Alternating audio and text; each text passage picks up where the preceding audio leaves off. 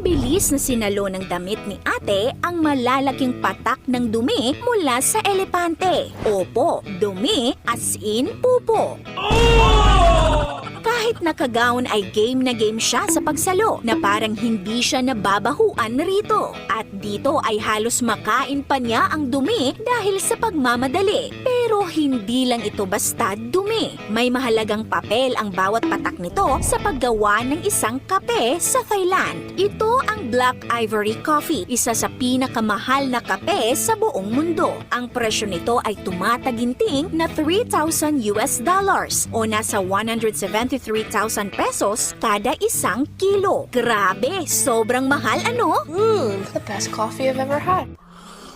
Siya si Blake Duncan, ang Canadian founder ng Black Ivory Coffee. Ang kaping ito ay karaniwang nakikita sa ilang luxury hotel sa Asia, tulad ng Thailand, Singapore at Hong Kong, at sinasabing exclusive lamang para sa VIP clients. Ayon kay Duncan, 10 taon bago niya na-launch ang kape noong 2012 sa Thailand. Ngayon ay nakikipagtulungan siya sa mga mahaut o tagapangalaga ng mga elepante sa Surin Province, Thailand para sa produksyon nito. Ngunit paano nga ba ginagawa ang Black Ivory Coffee? Na-feature na natin noon ang Kupi Luwak. Pinapakain ng coffee cherries ang musang at ang dumi nito ay pinoproseso upang gawing kape. Ganun din sa paggawa ng Black Ivory Coffee. Pinapakain nila ng mga prutas na may halong coffee cherries ang elepante. At ayon kay Duncan, habang nasa tiyan ng elepante ang coffee cherries, ay tinutunaw ng natural enzymes at acids ang protein ng beans nito, kaya nababawasan ang pait. Pagkalabas ng dumi, ay kinukolekta ang buo pa ring coffee beans mula rito. Saka ito hinuhugasan ng paulit-ulit at pinatutuyo sa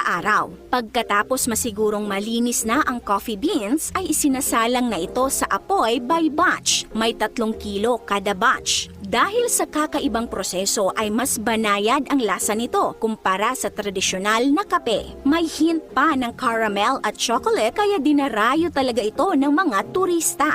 Full-bodied, there's no bitterness, and there's lingering notes of chocolate. Pero hindi ito madaling gawin. Sinasabing kailangang kumain ng elepante ng halos 33 kilos ng coffee beans para lang makapag-produce ng 1 kilong kape. Dahil nga sa limitadong produksyon nito, tinagurian ang Black Ivory Coffee bilang world's rarest coffee. Kaya hindi nakapagtataka na mabilis ding tumaas ang presyo nito. Mula $60 noong 2012 ay naging $150 o nasa 8,500 pesos na ito ngayon kada 40 grams na pakete. At ang 1 kilo naman nito ay nasa 173,000 pesos ayon sa official website ng Black Ivory Coffee. Ikaw kaasam, kaya mo bang tikman ang Black Ivory Coffee?